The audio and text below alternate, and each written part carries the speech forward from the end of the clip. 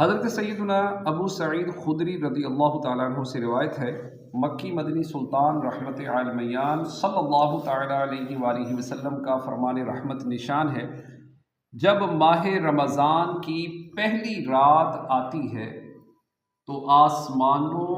اور جنت کے دروازے کھول دیے جاتے ہیں اور آخر رات تک بند نہیں ہوتے۔ جو کوئی بندہ اس ماہ مبارک کی کسی بھی رات میں نماز پڑھتا ہے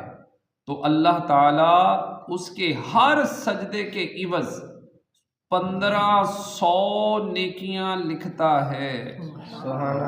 اور اس کے لیے جنت میں سرخ یاقوت کا گھر بناتا ہے جس میں 60,000 دروازے ہوں گے، اور ہر دروازے کے پٹ سونے کے بنے ہوں گے جن میں یاقوت سرخ جڑے ہوئے ہوں گے۔ پس جو کوئی ماہ رمضان کا پہلا روزہ رکھتا ہے تو اللہ تعالیٰ مہینے کے آخر دن تک اس کے گناہ معاف فرما دیتا ہے، اور اس کے لیے صبح سے شام تک 70,000 فرشتے دعائے مغفرت کرتے رہتے ہیں۔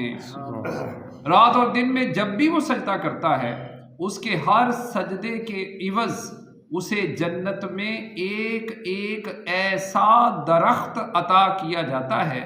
کہ اس کے سائے میں گھوڑے سوار 500 برس تک چلتا رہے۔ صلو علی الحبیب